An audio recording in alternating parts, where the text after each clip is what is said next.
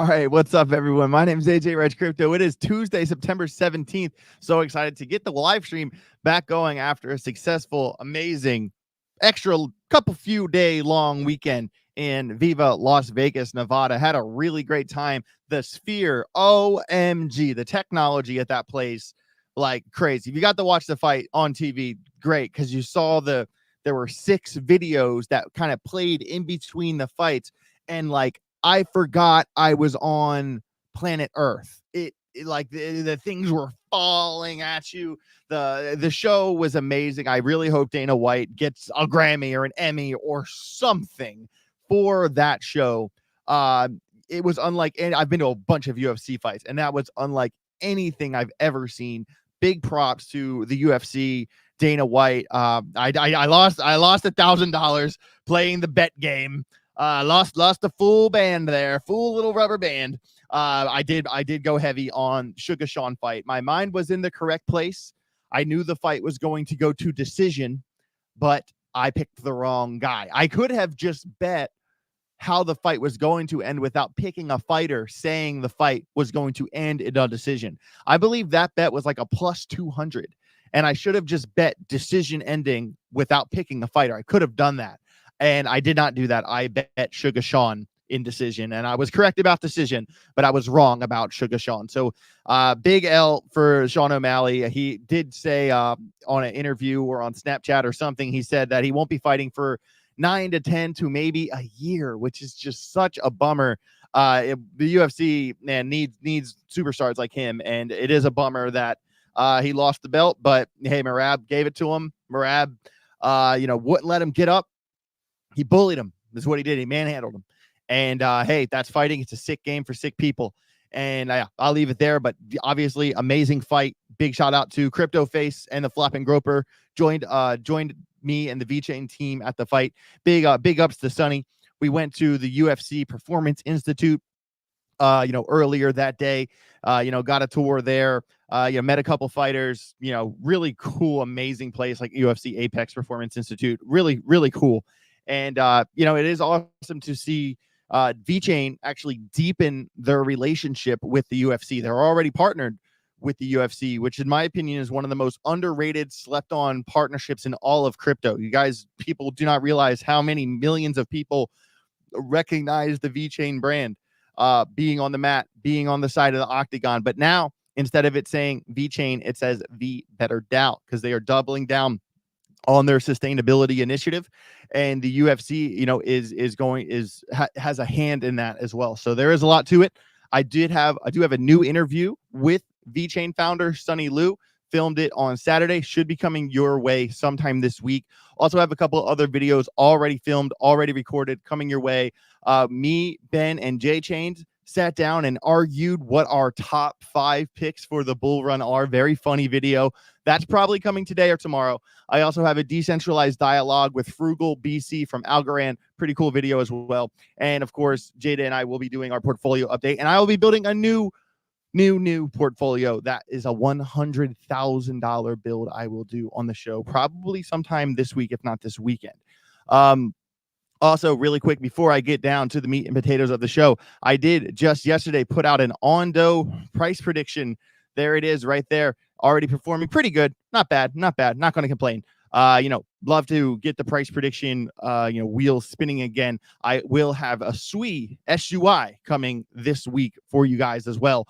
Like I said, I've been doing a little bit less live streams, but with less live streams, I have more bandwidth to do more pre-recorded videos. And not even that, I am writing a probably 16 to 17 hour course, a trading course, probably like 12 modules that will be released with verified investing. I will be the face of the crypto arm of VI with my friend and now partner, Gareth Soloway. So you will start seeing me doing live streams with Gareth probably 2-3 days a week. I am going to Florida at some point to film that, probably in December. We are expediting the process to get that course out in the beginning of 25, as 25 is really the year you guys need to watch that course and learn everything you can as we get into the bull run, because that one is going to be absolutely massive. So A lot to say there. Amazing. Let me check the chat here for a second. Yeah, Bitcoin did just rip to 60,000 right before the show started. Arrow price prediction, please. I think Arrow is kind of one of those ones that's like, I could do it, but I don't think it would perform well. I don't think that many people know Arrow. I do want to hit like the bigger coins first, but I don't have a problem getting Arrow done. Maybe sometime this year, early next year. I don't have a problem with doing one eventually, but not right now. You got to hit the big ones first. AJ, do you still skate? I skate every now and then. I still skate every now and then. I when I lived on Orcas Island, that's all I did. Google Orcas Island Skate Park. That was literally right across the street from where my family had a house. And I skated there every day. I would wake up in the morning and just hodl my way over to the skate park and drop in on the deep end. And I would skate for hours and hours. I was definitely more of a transition skater, rolling in the bowl, like indie grab kind of thing. I could street skate a little bit. I grew up like flat ground skating, like playing games of skate with my friends. I could skate switch okay, you know what I mean? I still got a mean 360 flip, but I don't skate as much as I used to. And I would love to get back into it, but it's also just like the time it takes to really like to get back to where I was. I mean, that would take some serious dedication, but I still very much enjoy skateboarding and skateboarding culture. But yeah, good question. Checking out the chat here for a second. Big shout out to everybody in the chat. You guys are awesome. Karen Harris, Parker, Crypto Buffalo, D, Crypto Hawkeye, Crypto Journal, Tristan Gage, Lee F, Grateful Dad. That's a good name. Slick Rick, Crypto Carter, the Glitter Queen. Shout out to the Glitter Queen. Do appreciate each and every one of you guys. Parker said my dad lived in Philly back in the day, so I had that skate culture around me. Big shout out to Love Park. Big shout out to FDR. Big shout out to Borderline Skate Park that used to be in Westchester, Pennsylvania. Man, I miss those days. I really do. Take me back, fam. Take me back. All right. So let's jump into the rest of the show here. All right. Let's start off just taking a quick little overview of the market here. So here we go. Let's start at the top. Let me get a fresh refresh so we know everything is current that we're looking at right now, this moment in time. Obviously, it's going to take forever to reload because I know Bitcoin's above 60 unless it fell right back down. I think my computer's kind of freezing up on me. Okay, yeah, so Bitcoin's fighting 60,000. I did hit 60 momentarily before the show. Ethereum 2,300, BNB almost 550, Solana still 133, feels very cheap. XRP 58 cents, Doge 10 cents exactly, Toncoin 550, Tron waking up 1%, everybody waking up 1%. And I do got to say here that I watched a video from my good friends over at Altcoin Daily, and they interviewed Justin Sun. And Justin Sun predicts that Tron will join the top 3 cryptos within 2 years. 2 years from now, he thinks Tron is going to be the number 3 Bitcoin, Ethereum, Tron. And no shots to Altcoin Daily. They're very good friends of mine, but I think Justin Sun smoking crack. Okay, I didn't say that. Just kidding. But no, that's not going to happen. I'm sorry. No, 100 no's. Do I think it's going to maybe hold top 10? Maintain top 20 status? Yeah, I think that's going to happen. But do I think Tron, that is currently a 13 billion market cap, do I think it's going to go to, if we discount Tether, where BNB is number 3, do I really think Tron in 2 years, is going to, get to $79.7 billion? Absolutely not. Don't think that's going to happen. Sorry, guys. Cardano 33 cents. I do want to take a quick look at the gainers and the losers here. I'm just kind of going over the prices even for myself. Near back above $4. Anytime I see near 360, 370, I always say, hey, that's cheap. Near has been one I've been accumulating. ASA or FET, Artificial Super Intelligence Alliance, 133. I do have some TA on that one. To make sure you stick around to the end of the show for the TA segment. We'll get to that. SWE, been talking a lot about SWE in the Telegram group, been accumulating a lot of SWE personally. I think SWE is going to be a big winner. It is one that has grown on me over time, and that I'm glad I started to accumulate around, that 70 cent mark. Has already done very well, even in the past week. I mean, big winner, up 25%, not bad. So let's take a quick look at the gainers and the losers top 100. Immutable X up 16.9, TIA, BitTensor 16%, 13%. There's Sui right there, 9.3%. Phantom waking up. You guys know I love me some Phantom. I wish the trading volume on PHEMEX would increase a little bit, but I think Phantom is going to be a winner for sure. Near, like I said, woke up. Pepe, Multiverse X, Uniswap, Caspa, all things, 5-4%. Good to see. Good to see. We also got Brett waking up. Hey, maybe we should look at the Brett chart, or maybe I'll put that one in the Telegram group, because Brett was one that had a lot of volume there for a little while. And in the losers, nothing really crazy. Only 1.4% down for Helium. I don't really count. That doesn't really count as a loser in my book. If you're only down 1.4%, that's just general ranging here.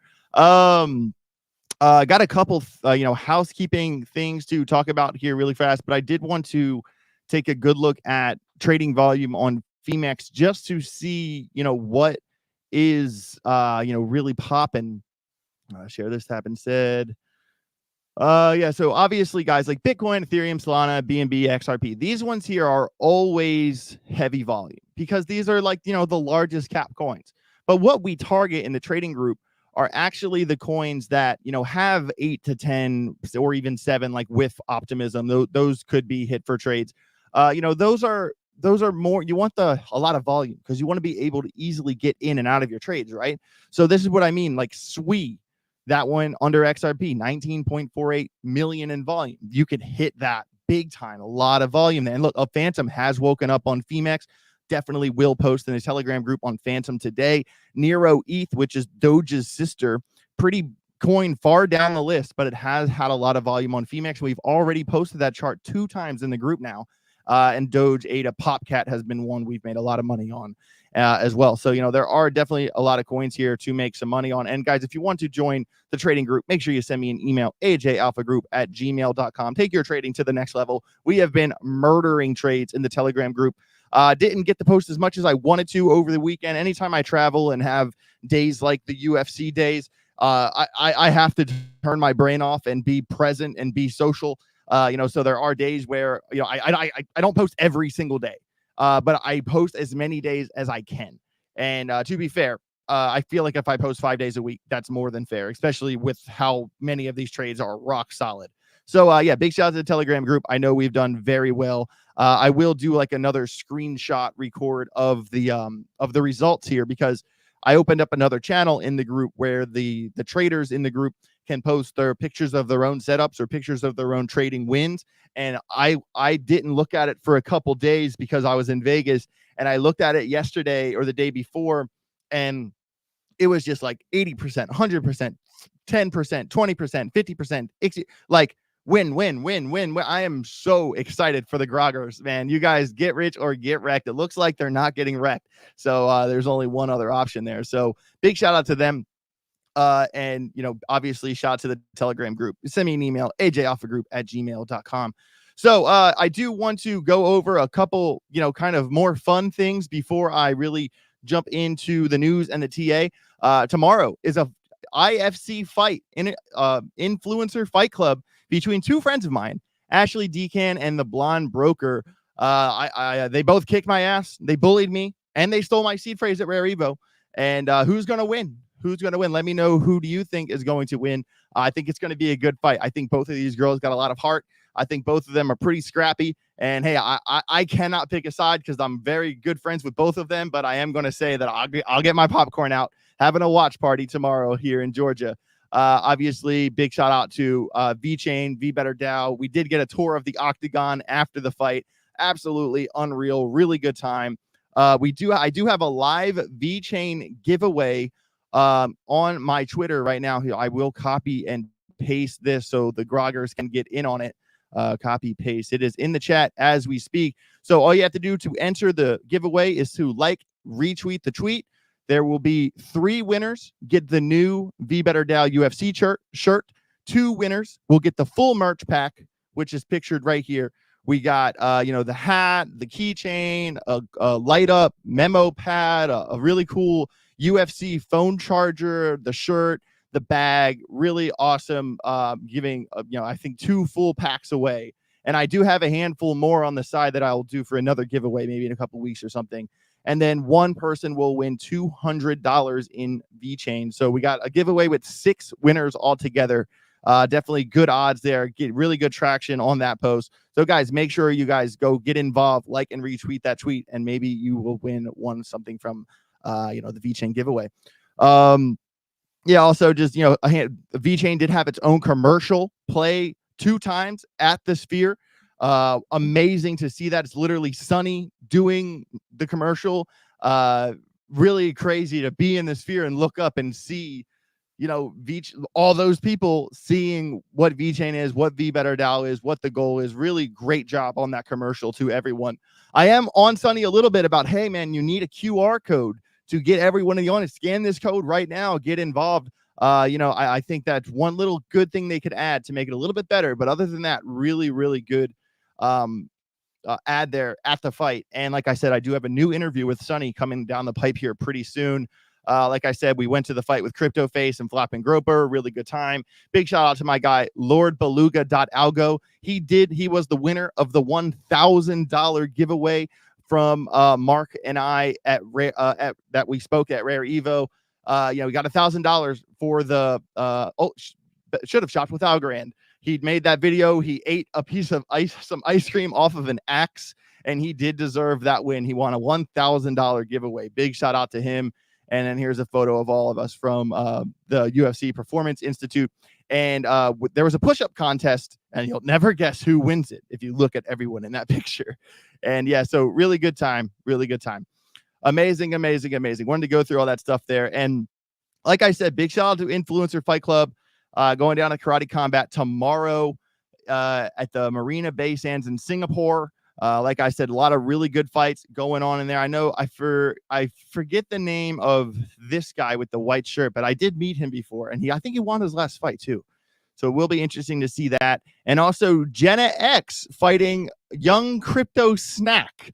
This fight here, these 2 girls down here. I know Jenna and I know Young Snack. I met Jenna. I've known Jenna for a while, but I met her in person at Bitcoin Nashville, and I actually met Young Crypto Snack, I believe, Rare Evo last year in Denver. And man, this one is heating up. This one's heating up big time. I'll actually show you the clip here. There was a look at this. Look at this video right here. So there's a better. Here we go. She walks up. Okay, I think it's the whole thing, or is there just the part where? All right, let's just watch it.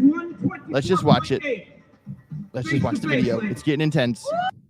Okay, here we go. A little square off. Oh snap! And the Market Cypher team pushes Young Snack across the stage. It's getting, dude, I'm telling you, IFC is fun. IFC is fun. I am enjoying this. It's going to be good watching them go at it. Young Crypto Snack is a smaller girl, very petite, man, but I think she could probably pack a punch. I don't know. Make sure you watch IFC tomorrow at Karate Combat, and we're going to find out who wins. So there you go. I will just go ahead and say it. On October 1st, it's official. I will be putting the pen to the contract. I am signing, I believe, a 6-month media deal with Karate Combat, which is really cool. I love going to the fights. I go to the UFC fights. I go to the Karate Combat fights. But now it's, I'm going to be making some videos about the Karate token, the only up features, how you can bet on the fights. You can't lose. You can only win. And there's a lot of really cool stuff going on at Karate Combat. And, the whole thing with Hedera in the middle of the mat, does make a lot of sense. So obviously big shout out to Karate Combat, big shout out to IFC. And I will be going to Permissionless in October. And there is a Karate Combat fight in Salt Lake City at Permissionless. So if you're going, that's the last big crypto conference of the year, at least for me. I am bummed I'm not in Singapore, but at least I'm going to Permissionless. So guys, make sure if you're in the area, you come to the fight, make sure you come say hello. It's going to be a really good time. So big shout out to Karate Combat, man. I'm super excited about that.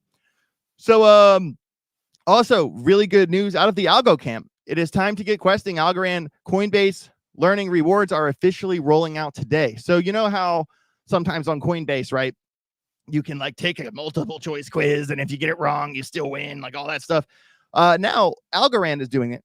it is not for American users, but I know there are people from that watch the show from India and Australia and England and Ireland, all over the world. People watch the show.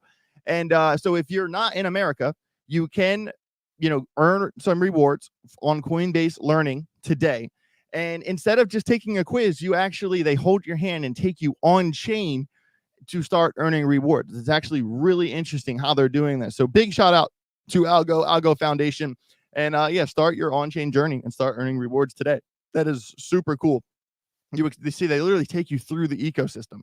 Para, Tiny Man, Folks Finance, XEXA Market, NF Domains, really cool stuff. I'm stoked about that. And, hopefully it will come to America here eventually, but I'm not 100% sure how that's going to work out. But man, it's pretty cool that they're doing that. I mean, that's a lot of eyes on Algorand. I can't deny. Pretty good news out of the Hedera camp. Hedera launches asset tokenization studio amid global RWA push. The move comes as more than 40 firms join the Bank of International Settlements Tokenization Initiative Project Agora. Pretty cool. We all know if you go to the Hedera website, the first thing you see at the top is RWAs. They are leaning heavy into this narrative, as are a handful of other projects. Algorand, VeChain, Ondo, as mentioned in the price prediction video. And, why not?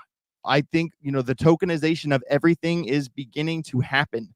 And the thing with RWAs, and I want to be honest about this, is that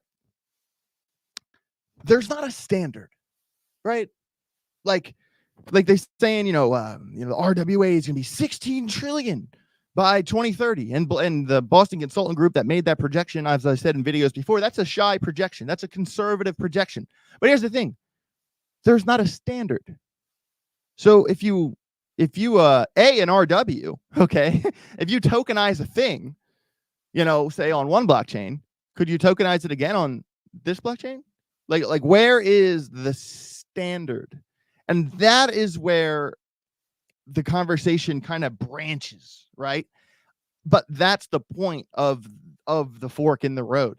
And I don't know how it's going to be determined which, is it going to be split? Is it going to be determined by the AUM, the assets under management of each blockchain of, you see what I'm saying? It's going to be a race to see who gets the most. I'm just interested in how that works. If, you tokenize an asset on one chain, could you tokenize it again on another? Is there going to be some dirty, but you get my point. It is kind of an interesting conversation. And my question with all these projects RWAing, which is great, who's going to be the standard and how is that going to be established and how are we going to prevent things from wires from getting crossed? It is certainly an interesting thing to think about. The Fed, guys, this is big. September might not be a bearish month. It might not be. Bitcoin, before I really get into this rant here, let me pull up my BTC chart right here. Okay. And I will get into this in a little bit. But if we actually kind of go and pull this over here, September 1st on the 2-hour chart. All right. We were Sunday, September 1st, August 31st. September 1st is right in this little group of candles right there. Okay. And as you can see, Septembered immediately. From September 1st, we kind of local bottomed 8% over 5 days. We basically spent a week, in this little down channel here. And then, we broke out of that down channel right there. And since then have gone up this hill. We have broken some support resistance levels that I've mentioned several times in the group and on this channel. And, we even kind of came down here and bounced off of this and broke through, 58.5, which was a big support resistance level as we held it here. And then we reclaimed it and then lost it. And that was the point. That was the short 58.5 that made a lot of sense to a lot of people. And now it's really interesting because Bitcoin is kind of getting to the spot where anytime something puts in a high, you always want to draw a line across that and set that alarm to see if it's going to fight that level. Because if you come down here, All right, but let's see how long it has been since Bitcoin has touched this little local level here at 60,600. It's been 3 days, guys. And I know everybody can't watch all the charts all the time. So just a little hint, anytime something puts in a local top or a local bottom, draw a line right across that bad boy, set an alarm, and you will know, okay, we just hit that local high. Okay, we just hit that local low. Really easy way to keep track of things without having to stare at the charts all day long. Because I know a lot of people don't have time to do that. And, is Bitcoin going to push through? Because we have to remember the macro here. Because when you zoom out of this bad boy, Bitcoin, I mean, like, let's even just go to a daily. It might be a little bit messy, but you get my point is that Bitcoin, we had our 2024 high probably, way back here in March. Since then, we kind of have been on this little local downtrend here. And at the same time, Bitcoin has also been putting in higher lows as marked right here, right? So we are kind of getting to a point where there is what I like to call a point of intersection, which will be right here, or even, right here, where Bitcoin has support resistance or where the uptrends and the downtrends converge, right? And that point of intersection, guys, will be November 5th. So by November 5th, Bitcoin will either be forced to lose the local uptrend or to break through kind of the more macro uptrend, right? And this is big with where we are right now. It is good to see Bitcoin pushing up. It's especially during September, which has historically been a terrible month. But at the same time, there is a lot of pressure coming down the hill, and Bitcoin has print a green dot on the daily chart. Good to see. It is a little bit red in the money flow, but I do think this thing could continue to push. And why do I say that? And I do want to get to the Fed, because the Fed, we are going to know tomorrow. Tomorrow, we get to see our boy Jerome. He's going to come out and keep it real with us. Going to keep it real. And, there are even politicians saying things I like to hear. Senators demand a 0.75% rate cut in a letter to Powell. So before, with the rate cut, right, there were people saying if we're expecting a 50 and we get a 25, although we're getting a slash, we could still fall because it's less than expected. But now now on the Fed Watch tool, I didn't bring it up, but basically what I'll say, it's likely we're expecting a 0.25. So since they lowered that expectation from a 0.5 to a 0.25, if we get a 0.25, it won't be less than expected. So it really puts the Fed in the steering wheel that could kind of drive the market here. Because if we get a 0.25, we get what we expected. But if a 0.25 is the expectation and a 0.5 is above expectations, or even if we got a 0.75, as Elizabeth Warren, Pocahontas herself, is one of the senators demanding this 0.75. And that would probably be the first time she's ever done anything I've even remotely done anything. I hope she loses her seat in Massachusetts to John Deaton. I really do. But hey, tomorrow could be a big day. We, say they surprise us with a 0.5 or a 0.75 even. We're going to see some fireworks. And I really think today is the day where you prepare for tomorrow and really get into your charts and double check all your levels, double check all your alarms, or at least pick 3 charts. If you don't want to be too scatterbrained, pick 3 charts that have volume and say, okay, if this happens, I do this. If this happens, I do this. So you can set yourself to react to the market. Some people don't like to trade Fed days, CPI days, heavy news days, because things get a little crazy. There's what we call a whipsaw pattern, where you kind of immediately drop, or you immediately spike after the drop, or you immediately spike and then immediately drop, engulfing that previous candle. It's known as a whipsaw. And it can get crazy trading Fed days, but I have had some pretty good days, kind of reacting, saying, okay, if it's this level, I'm going right here. And if you're quick at scalping, you can do well on Fed days. If you're preparing for it. So I am going to have a little conversation about that in the Telegram group later. But be prepared. We might see some fireworks tomorrow. We just might. And why am I a little bit more bullish than usual? Well, first of all, I want to take you to the total chart. Okay. And so this is the total crypto market cap. Everything in crypto. All of the cryptos. Okay. And we had our big local high in March. Okay. And since then, we have been in this down channel. All right. And there have been a handful of support resistance levels that we have lost, we have gained, we have lost, particularly 1.92 trillion, or even this one, 2.01 trillion. We just reclaimed that one, I believe, today. Let me go back to the daily here. Yes, we did just reclaim that one today, pushing up, testing the 50 EMA. And, we do want to see the possibility of, all right, so here's the previous high, and there's a little low candle here that's around 2.23 trillion. That would, reclaiming this level would be a break in structure in terms of putting in a higher high and breaking out of this down channel.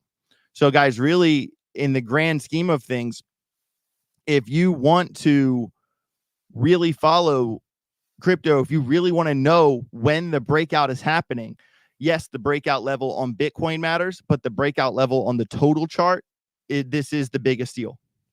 This is the biggest deal, to see the total structurally breakout of this downtrend that it has, been in multiple touches, multiple rejections. We've seen it. But why am I more bullish than usual?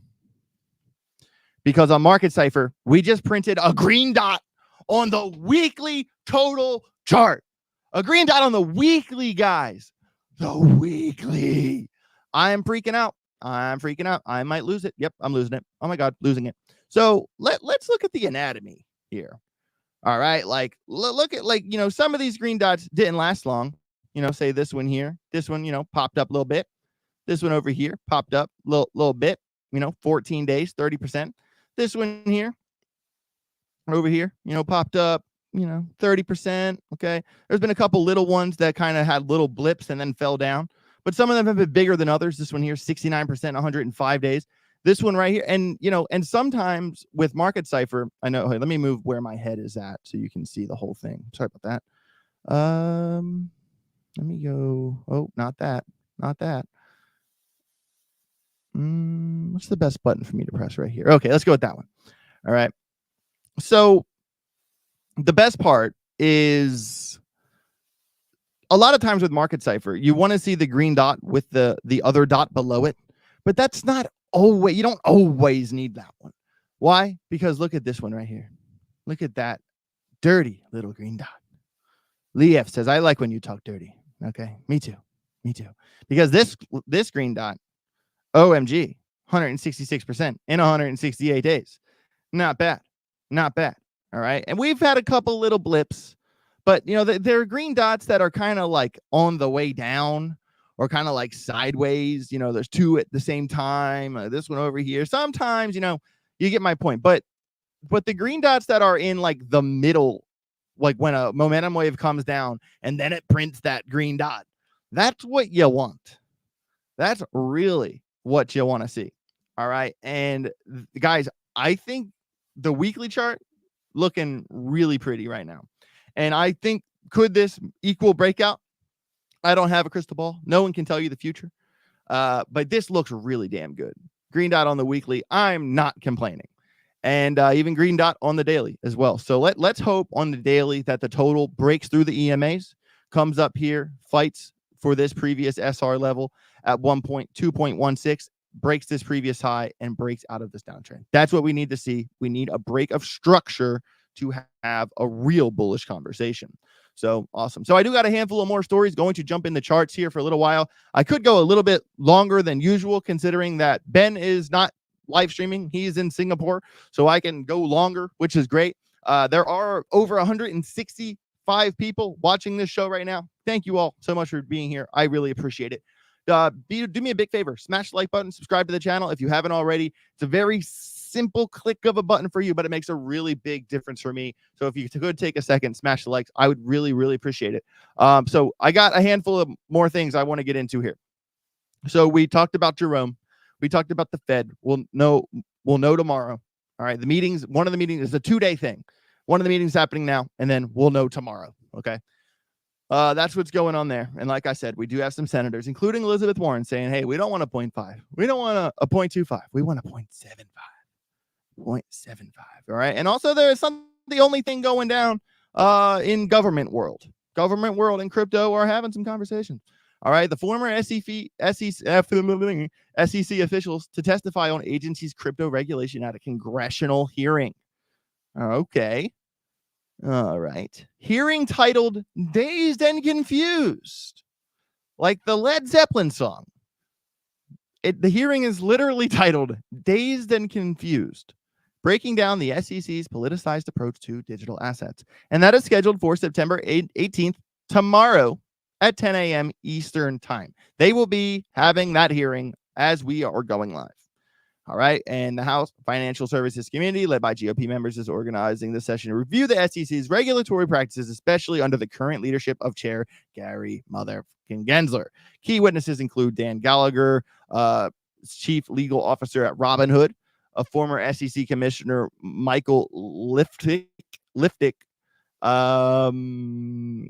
LLP, former Deputy Chief to Staff CEO Chair Mary Jo White. All right. So their insights are expected to reveal the internal operations and potential regulatory errors made by the SEC. So people are going to go in there and say, hey, Gary, you fucked up. Yeah, fucked up, Gary. Big time. All right. So I am interested to see, I might not watch the whole thing start to finish, but I am certainly going to be paying attention to the congressional hearing titled Dazed and Confused. Yo, you can't make this shit up, guys. You cannot make this shit up. You just can't. You just can't. All right. All right, let me check the chat here really fast. We do have a $2 super chat from my guy Clinton Q. Do you think Caspa can 10x? All right, well, let's put her down in the handy dandy. No, I got to show off here for a second. I do got to show off. At the UFC Performance Institute, they did give us 50% off in the entire merch store. And I had to get that Noche notebook. That Noche notebook followed up by a plethora of UFC pens and Sharpies. Oh, my God. Thank you, Dana White. Thank you, Dana White. And now I'm going to go to the first page of this, and I'm going to write KAS 10X ? And I'm going to answer that at the end of the show. So Clinton, you got to stick around. All right. So, and D Crypto said Caspa can 50X. So I guess I'll go for myself. All right. Yeah. Nothing like a fresh notebook, Karen. I completely agree with you there. And Karen Harris also asked the questions. I just found $50. What to buy?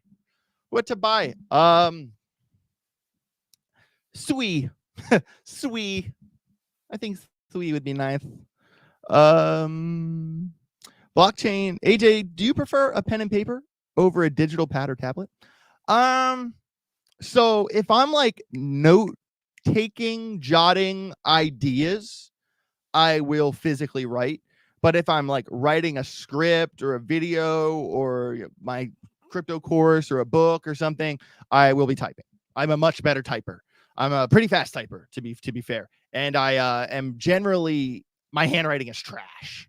My handwriting is garbage. Klingon, but I'm just like, because my brain works way faster than my muscles. And, but yeah, there's my answer to that question.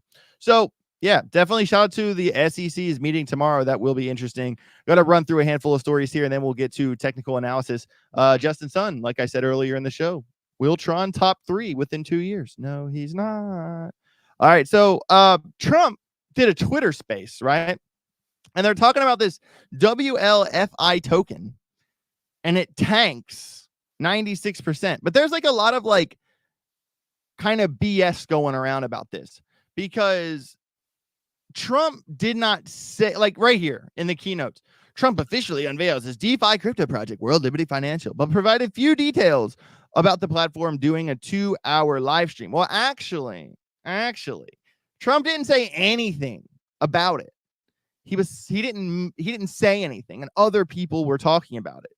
And apparently it's just a pure governance token. It was on the 16th, so yesterday, Faraka Sarmad had a Twitter space called State of Crypto Address, and Trump only briefly mentioned crypto and did not go into details about World Liberty Financial. He did mention people that would love their crypto and that their country would be greater than ever, but that was the extent of his crypto talk. So we do know that he's bullish. We do know he has his plans to use Bitcoin to help us get out of a 34 trillion with a T dollar national debt. He's bullish on the Bitcoiners, and obviously we can expect a pump up in the event he gets elected. But there are some articles that are saying like Trump's shilling a token. Well, really, he didn't say anything. And there was 2 hours into the live stream, Zach Folkman, a leader from the World Liberty Financial team, shared some exciting news that a new token would be launched. He announced that it would be introducing a WL token, which would be used for governance.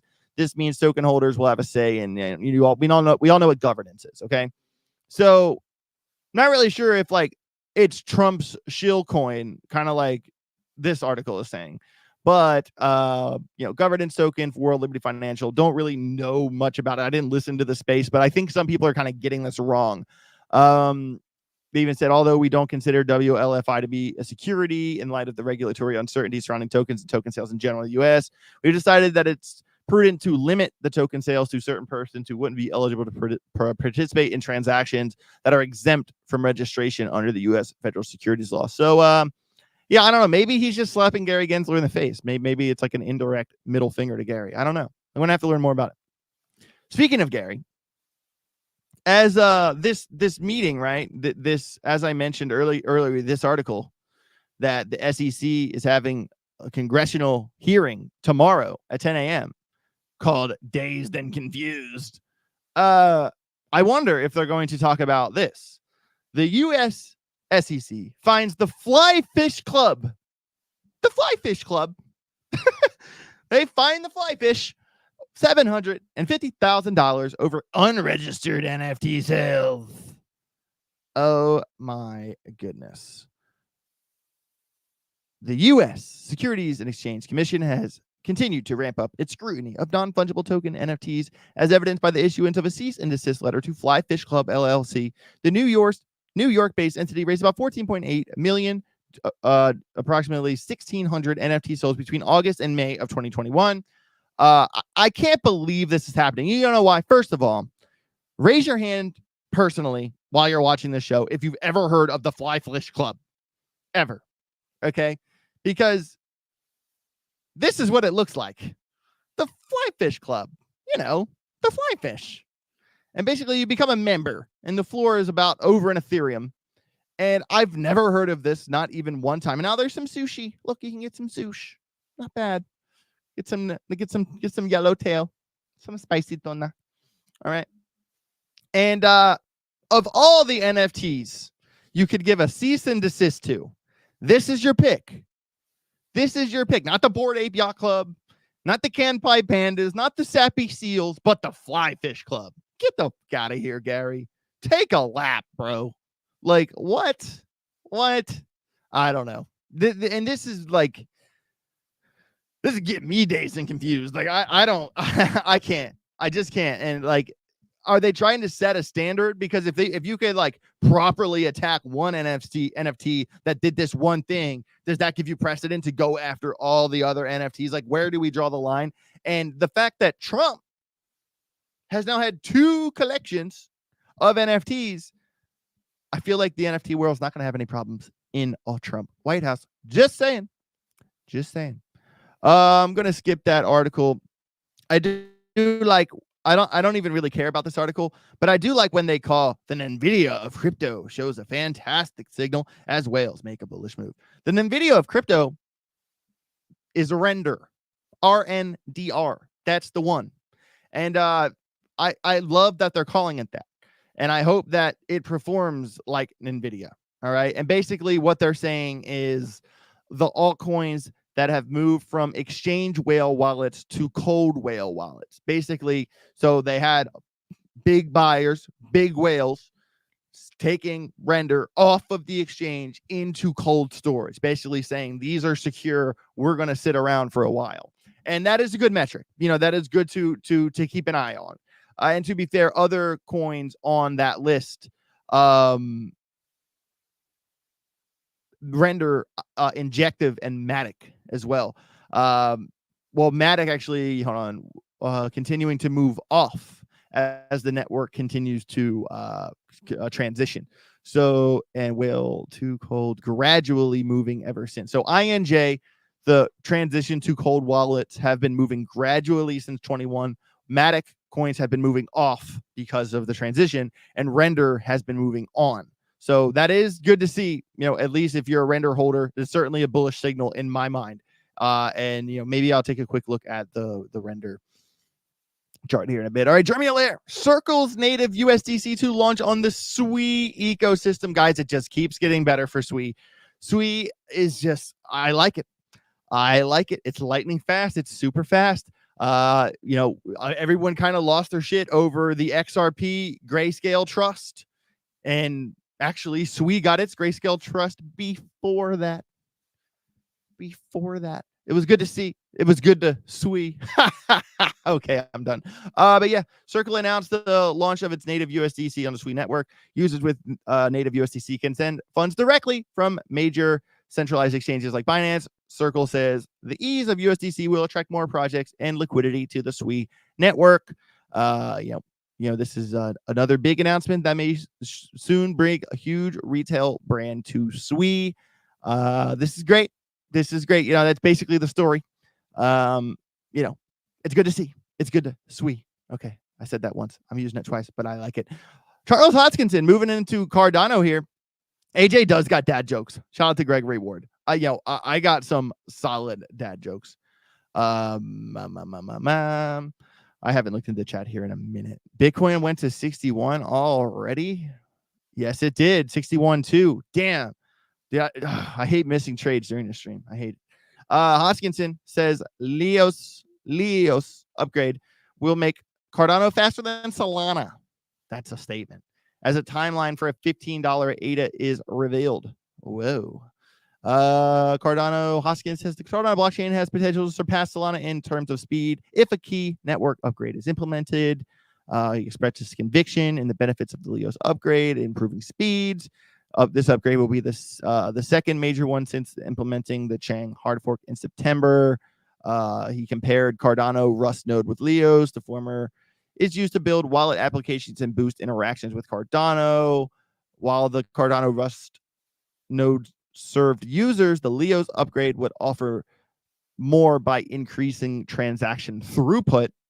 We go faster. The Rust nodes give us no new differentiating features for users. Leos makes us faster than Solana without losing decentralization. I think that's the key point there. Without losing decentralization. He's basically developed a roadmap for Cardano evaluating different scalability solutions, including Hydra and sidechains. He noted that efforts to roll out the Leos upgrade would be implemented in Q4 2024. So, guys, Cardano is going to pick up its feet, start going a little bit faster here. Would love to see that. It's starting to get some attention. And if Cardano actually ends up faster than Solana, holy shit, that would be insane. Analyst predicts Cardano rally to $15. 15. What analyst? Who? One analyst on X.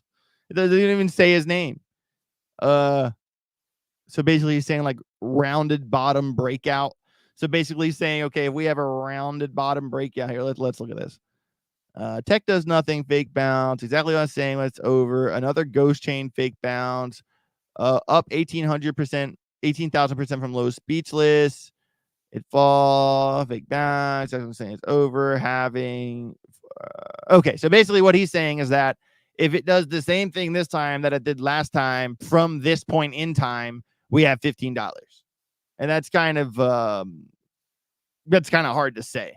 You know what I mean? Like if this coin, last time it had a bull cross on the weekly, it pumped 1,800%. So if it bull crosses on the weekly, won't it go 1,800% again? That's not it. That doesn't say it doesn't. I'm not saying Cardano can't go to 15, but I am saying that the logic there is ridiculous. Basically saying if it does the same thing again, well, it's not going to do the same thing again. It's going to do what it's going to do this time. It could pump, but just that. And the fact that they didn't even say his name, that hurts me. One analyst said it doesn't even give him credit. According to the one analyst on X. That's hilarious. Who was it, by the way? It was Shout out to our guy, Remy Bignons. Oh, he actually gave credit to another guy. Okay. So here's the guy. Oh, Dan. Okay. Crypto Recruiter. I've seen him around. That makes sense. That checks out. He's even talking about SWI and USDC. It's good to SWI him talking about it too. Okay. Good for him. Love to see it. Amazing. So now let's jump into some technical analysis here. We do have over 175 people watching this, so holy shit. Thank you guys for being here. I do appreciate it.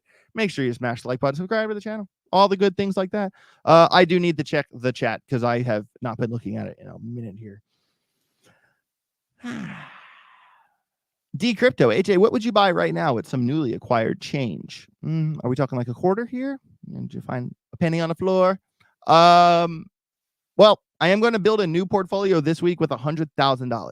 So maybe you should watch the video. Stick around. Oh yeah, I do have to answer the Caspa question. Are we expecting a big pump in alt after the election this year? That's the hope. That's the hope. If Trump wins the election, I think it's going to be bigger than in the event Kamala. Okay. 25K in a couch. Very nice. That's a nice couch. Very nice couch. Vollmer, you're hilarious. Mike Vollmer got dad jokes. Big time. All right. So I have so many charts to show, but I can't show you all of them. Okay. Well, let's start with Bitcoin. How about that? And then we'll go to Caspa. And then we'll go to something else. All right. We'll figure it out from there. Let me know if there's 175 people watching the show. Like I said, I'm going to look at Bitcoin. I'm going to look at Caspa because someone sent a super chat about 20 minutes ago. After that, what chart do you want to see? I'm going to go through some charts today. Ben's not streaming. We got time. Y'all here. We're already here doing this damn thing. Give me some charts in the chat, and we'll try to get through a handful of them. All right. Bitcoin, Caspa, up to you. All right. And certainly smash the likes. All right. So Bitcoin daily chart. Interesting. We're kind of moving up the momentum oscillator and printed a green dot on the way up, which is kind of weird, kind of unconventional. Good to see though. I do want to take a quick look here. I'm going to go to a fresh Bitcoin chart that has no markings on it at all. Just to, I don't like that one at all. Okay, this is good. And see, this EMA cross is really interesting because it did look like a death cross was like kind of imminent, but now they're both kind of moving flat, and it could, maybe they'll do one of those because that can happen. Doesn't definitely mean they have to cross. And on the daily, you see Bitcoin engulfing the past three. That's amazing. Really, really good candle on the daily there from Bitcoin. But really, I wanted to look at the weekly first. This is really kind of what I wanted to focus on here. And just like on the total chart, everybody, like I mentioned earlier in the show, the total chart, all of crypto just printed a green dot on the weekly. So did Bitcoin. Green dot printed on the weekly. And what's the difference between this green dot and the other green dots before it? These one, not meaning to do that. I meant to do this. Is that these ones kind of printed like on this, like a little bump and like a halfway bump up. This one is actually like all the way down in the momentum wave. Like, this is really what you'll want to see when if it comes like this, and it's a small one, right? And it puts a green dot. That's not a big of a deal as if it comes all the way down and puts a green dot. And that's kind of certainly what we have, because it's kind of like, think of it like pulling back, a spring, or pulling back like a slingshot, Okay, that's the word I couldn't think of. You pull the slingshot back just a little bit and let it go. The ball's just going to go. But if you pull it all the way back and you're like, and you let go like the UFC fighter, that thing flows across the room. That is what I'm saying. And to see it come all the way down and slingshot, that's what we want. That's what we want. For example, the last time this happened, I'm going to use some Dan logic here. The last time Bitcoin printed a green dot on the weekly, and it was at the bottom of the momentum wave. All right. And actually they're actually about the exact same level. These momentum waves, are about the same. All right. One's not really bigger than the other. All right. That's worth noting. The last time that happened, Bitcoin from this moment in time, bang, 192% in 161 days. Not bad. All right. And guys, I'm telling you that it is kind of very simple for Bitcoin. Like, we kind of have this, downtrend that has been forming here. Structurally speaking, can this green dot break us out of this downtrend? Very possible. local high. We're looking to try to get back to the 72, 73s. That's what we need. A break of structure. That's all that matters to me. All right. So is this good to see? Yes. Let's zoom in a little bit. It is hard to really extrapolate from the weekly, but I did just want to drive my point home there. But even checking the 2-day chart here, it is kind of forming what I like to call an EMA sandwich. Okay. Because what happens is you really got to pay attention to the EMAs, guys. And I've said this a lot to the Telegram group, but I do want to say just to everybody that the 50 EMA is your best friend. It's my best friend. I want you to write that down on a piece of paper. The 50 EMA is my best friend. Okay? Because it is. It really, really is. All right? Because on the 2-day chart for Bitcoin here, all right, look what happens in here. Let's go back in time. Let's go for a little trip here. Okay? Let's talk about this for a second. If it loads. Okay, let's just hope it loads. All right, it's not loading. Okay, whatever. So anytime the price action, right? Oh, I did the dictionary thing. Anytime the price action is going down the hill, okay, the 50 EMA will be above it. All right. And then as you can see, like right here, right? See this? See how we're above the 50 EMA, which shows bullish continuation. Okay. Then we go below the 50 EMA, but we bounce off the 200 and then we reclaim the 50. That is like one of the most bullish things you'll ever see, because once the price action, larger time frame, the more it matters. Once the price action gets above the 50 EMA, that's the sign of bullish continuation. So you literally could have kind of said like, okay, from on a 2-day chart, getting above the 50, look how big of a deal that is. From that EMA cross right here to the next time Bitcoin went under the 50. Hold on, okay. From this EMA cross right here on the 2-day chart to the next time Bitcoin went under the 50, right there, 240%, about 200 days, 197 days. And look, and right here, see the EMA test, it bounces up, bullish continuation. So basically, when you get a EMA bounce off the 50, any of these candles you could have went long and held for a couple of days, and bam, bam, bam, bam. All right. So the 50 EMA is literally everything. All right. And I actually really do want this thing to load back here. I'll just pull a different Bitcoin chart because all right, here we go.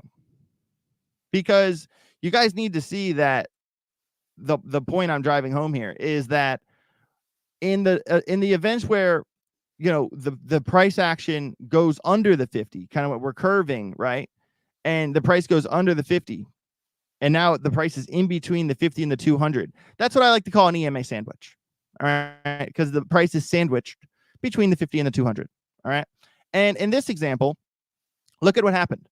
So there are times, to be fair, when we have bullish continuation, we lose the 50, which is bearish continuation, and it stopped out here at the 200. All right. And from here, we actually continue to all-time highs. So just because you're in an EMA sandwich doesn't mean it's the end of the world. You can get in between the 50 and the 200 and eventually reclaim and continue and put in a newer all-time high. Totally possible. But look at what happened here.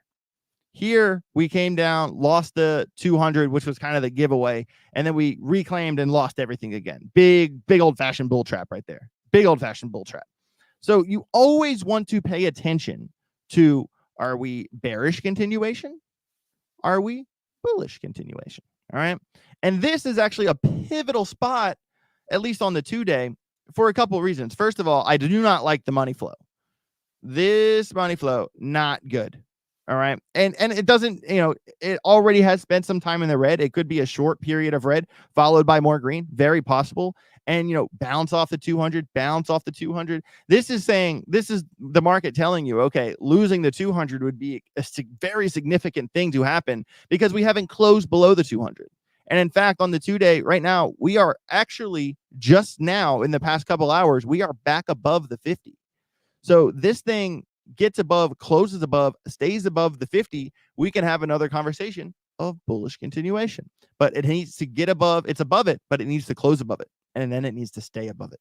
All right. And that's the 2-day. On the daily, we have already done that. But on the daily, we're very close to that death cross. Very close to that death cross.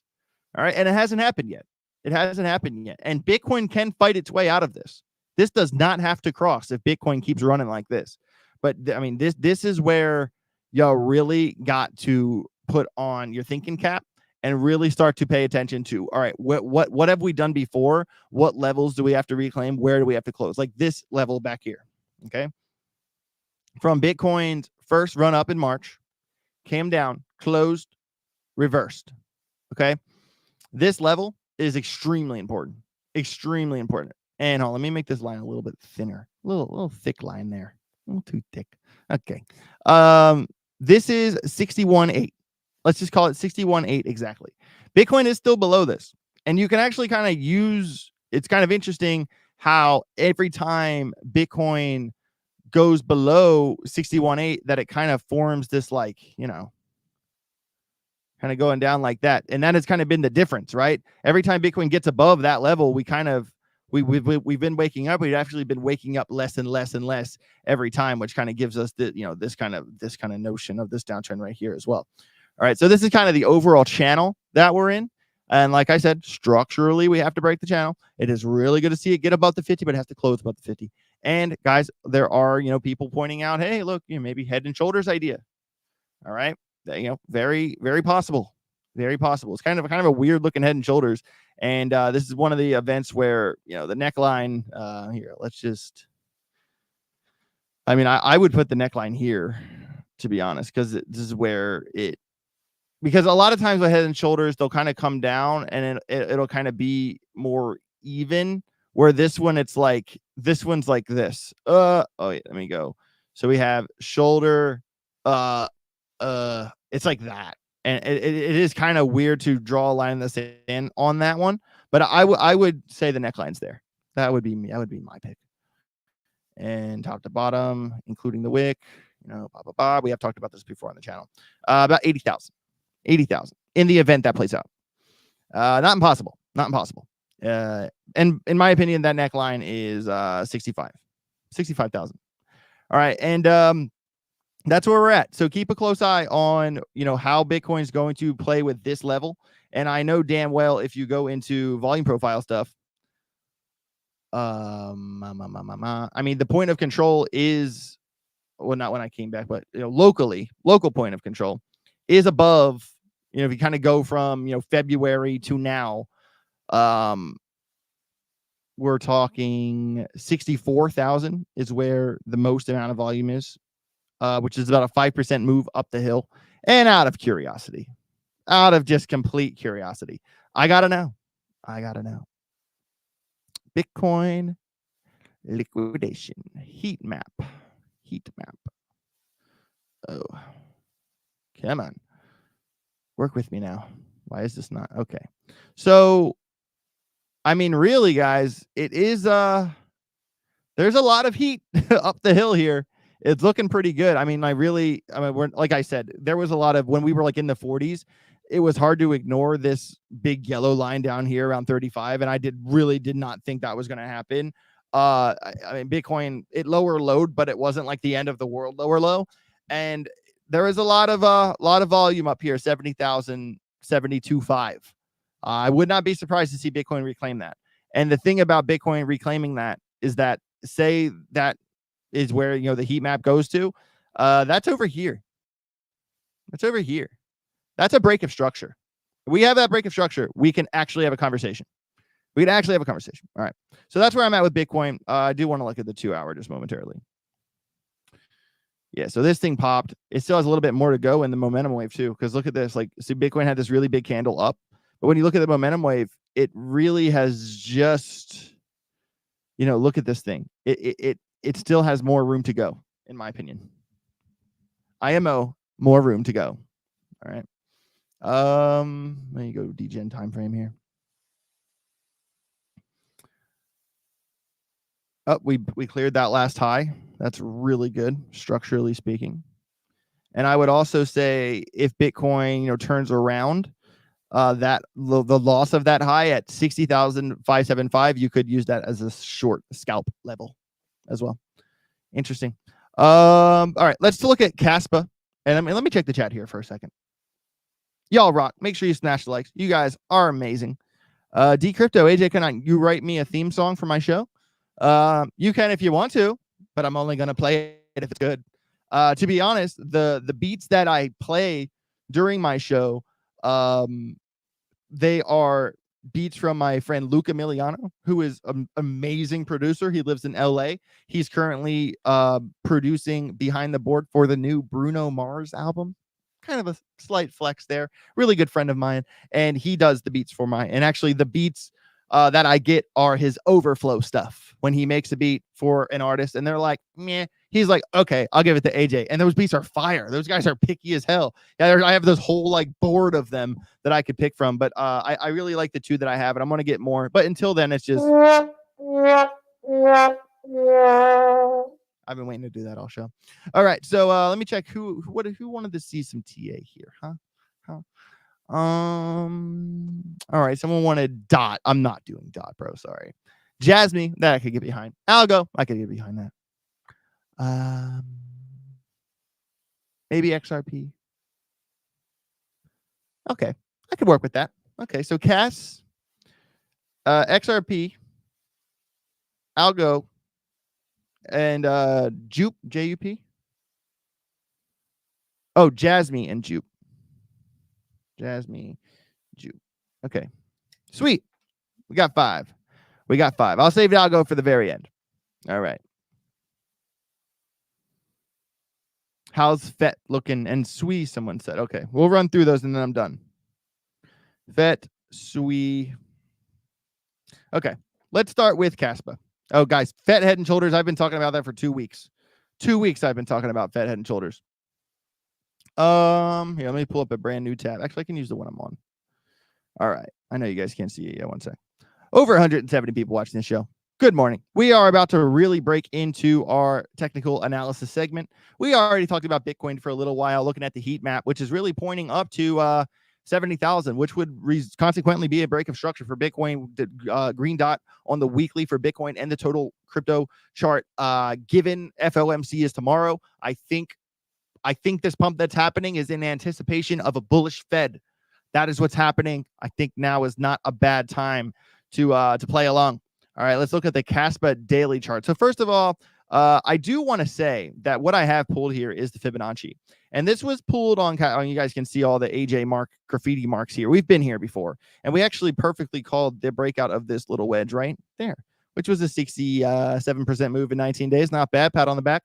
But what Caspa has been kind of scary to hold, in my opinion. Cassie is, and the thing with Caspa is that it's one of the very few coins that still has a strong Fibonacci level. It really has held. If you go from the lows all the way back here in, May, June 23, I mean, from that local low, all right, we are talking top to bottom, 1,800% in 430 days. And if you 479 days, 1,500%. And that has always scared the shit out of me with Caspa. I've been kind of like worried that this thing is eventually going to like roll over and come down here, because it's one of the very few coins in all of crypto that has been in and has held above the 147,236 level. Like I can't believe it. Excuse me, the 0.23 and 0.14. That's the price at that level. But man, it just, I can't believe that it has held that. And that is so bullish, guys. Like really if I kind of get rid of the Fibonacci here for a little bit, the story for Caspa really has been holding the 200 EMA, like ultra bullish, like bounce. I mean, and the thing with Caspa also is that it has been putting in consistently higher lows. So from here, higher highs, higher high, higher high, higher high. You get my point, right? And so that is pretty significant, even just kind of keeping in like the up nature of this range here, and the up nature of this uptrend. All right, and I mean, or you could even kind of draw it like this if you'd like to as well. But the thing here is, it doesn't look bad. I can say that. It doesn't look bad. It's just one of those coins that has always scared me because of how hard it pumped. Like my bear market mind is like, yeah, when's it gonna turn around? That's kind of been my vibe with Casper for a long time. And the curvature of this momentum wave on the daily is a little scary because it's already kind of like turning over. VWAP is kind of coming down. But I mean, obviously, Bitcoin could very easily carry this, no problem. Also, it did bounce successfully off the 50 EMA 1, 2, 3 times now, probably in the past 4 days since the 13th. So it's certainly putting a good fight up there. A couple levels you're going to want to watch on Caspa is this kind of wick level here from back there. We were rejected a little bit below that, but we're talking, daily chart stuff, wick tier, rejection. This is obviously a very significant level for Caspa at 18.2. We're at 17.3 right now. The reclaiming 18.2 would be a big statement for Caspa. But the thing with Caspa that I don't like is that there are so many coins like the Graph and BitTensor. Like there's so many coins that are like from current price to 2024 all-time high. 100%, 150%, 130%, 200%. There's a lot of these coins. Caspa is like lackluster in that statistic because Caspa from current price to all-time high, it's only 19% away. It's only 19% away. It's one of the only coins that all-time high July 31st, August 1st. It's I don't know, man. I think Caspa can go. I really do. It's just a matter of how far. And because it has pumped so much and has never really paid the piper, that does freak me out. And like, guys, it is in the top 30 of crypto. This thing is 26th by market cap, counting stable coins. We're talking a $4.2 billion market cap. Pretty good tokenomics, 24/7 out of 28. I mean, though that last, 3-4 million there really doesn't matter, in my opinion. It is pretty crazy that the max chart. This is kind of what freaks me out about Caspa. The max chart from here to there. This thing is like karate combat, only up. So when is Caspa going to pay the piper? That's the question.